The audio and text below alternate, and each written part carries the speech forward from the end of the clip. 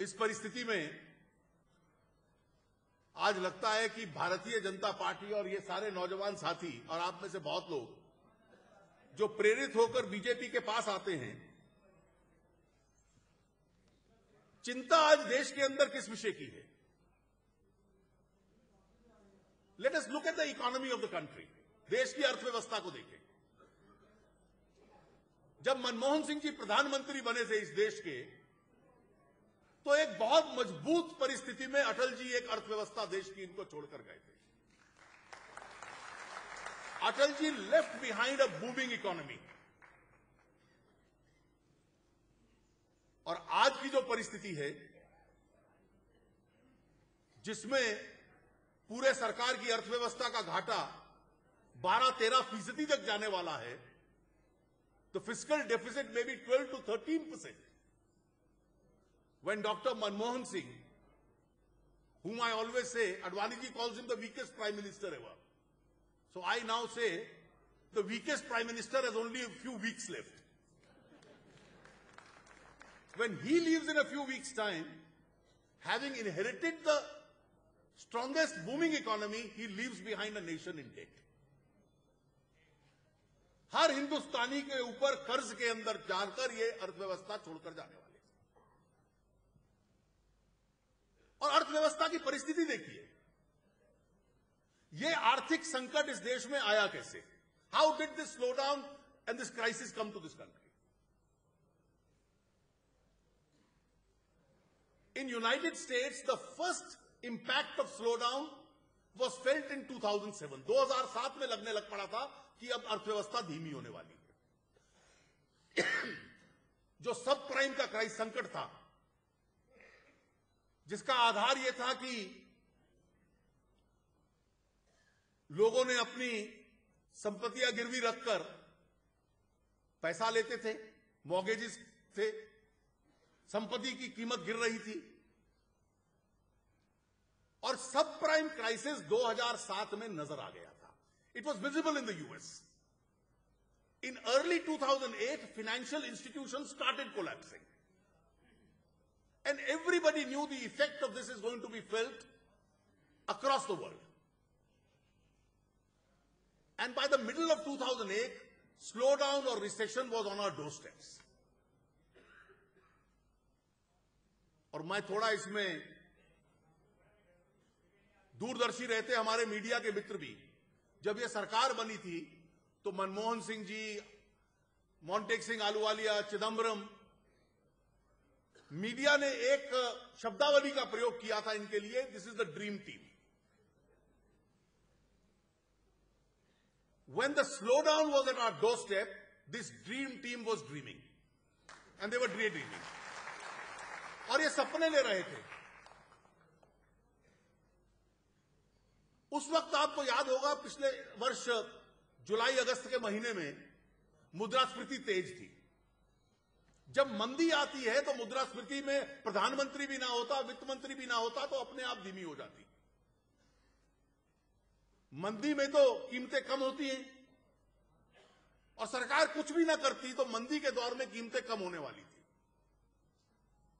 But this dream team was committed to producing a nightmare as far as India was concerned.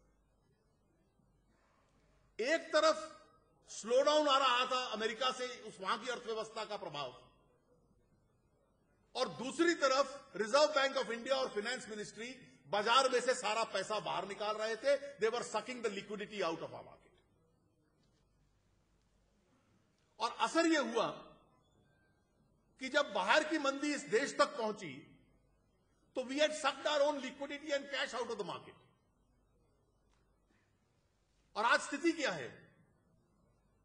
जिसको एक booming economy कहते थे, जिसको रोज दोपहर को आकर प्रधानमंत्री और वित्त मंत्री कहते थे कि बुनियादी ढांचा अर्थव्यवस्था का बहुत मजबूत है, the fundamentals of the economy are strong.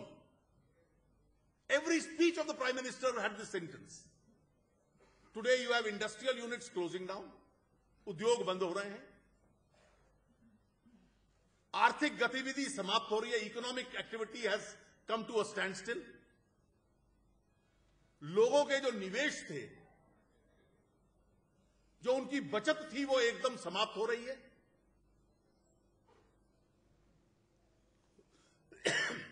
रोजगार जा रहे हैं। कांग्रेस के मैनिफेस्टो में लिखा था 2004 में हर वर्ष में 1 करोड़ नई नौकरी देंगे। 1.5 करोड़ रोजगार ऑलरेडी जा चुका है इस देश में।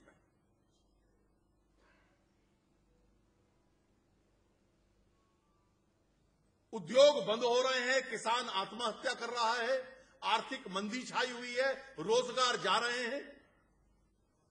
और एक चमत्कार, खाद्य पदार्थों की कीमतें फिर भी आसमान पर हैं।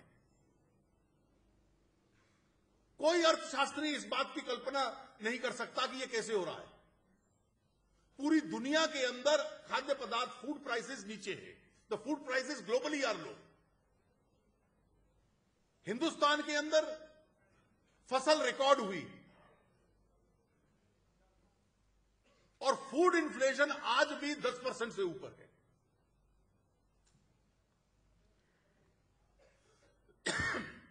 सरकारी पैसे का यह स्थिति है कि पूरा देश कर्जे में है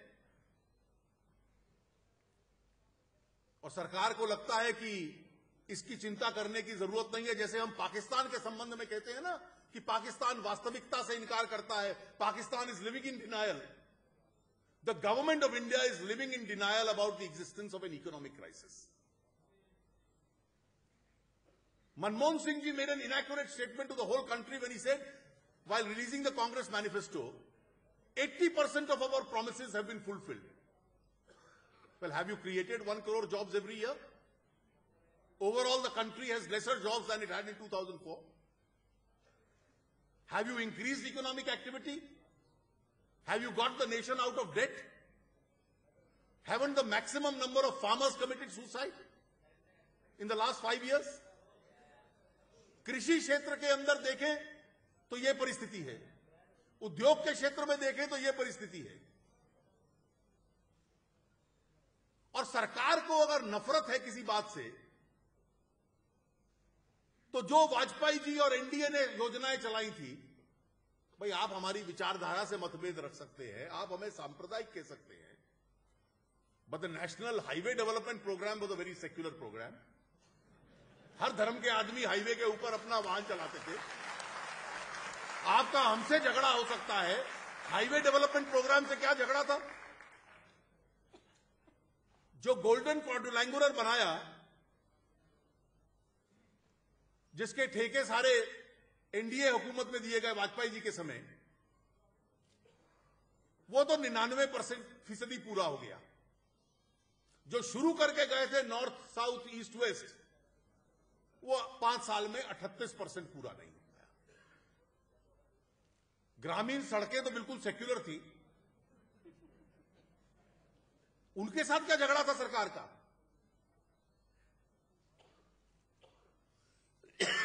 रूरल रोड्स,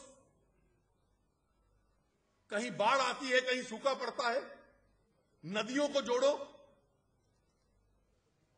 अगर एक राज्य है हिंदुस्तान में जिसने सारी नदियां जोड़ दी, 3 नदियां जोड़ी, साबरमती और नर्मदा को मिला दिया, तो वो गुजरात था। और आज जो नरेंद्र भाई की सफलता मानते हैं हम, the success of Gujarat is a state which was prone to droughts. आज 12-14% इंक्रीज होता है वहां के एग्रीकल्चर में हर साल। राजकोट और कच्छ में, सौराष्ट्र में, जहां पानी पीने को नहीं मिलता था, आज जुड़ी हुई नदियों से, नर्मदा का पानी साबरमती के माध्यम से, उत्तर गुजरात के नदियों के माध्यम से जो जुड़ा हुआ है, नदियां जोड़कर राज्य की समस्या समाप्त कर देना और वहां का आर्थिक विकास कर देना। पहले लगता था कि वो कहते रहे कि वामपंथी बहुत खिलाफ थे इसके, कि वामपंथी कोई भी आर्थिक सुधार नहीं होने देते थे। वामपंथी तो चले गए, तो लगता था कि अब अगले आखिरी 6 महीने में कुछ करेंगे। लेकिन मुझे लगता है कि प्रधानमंत्री जी ने एक नीति बनाई है, कुछ करोगे तो आलोचना होगी, तो बेहतर यही है कुछ मत कीजिए। इतने बड़े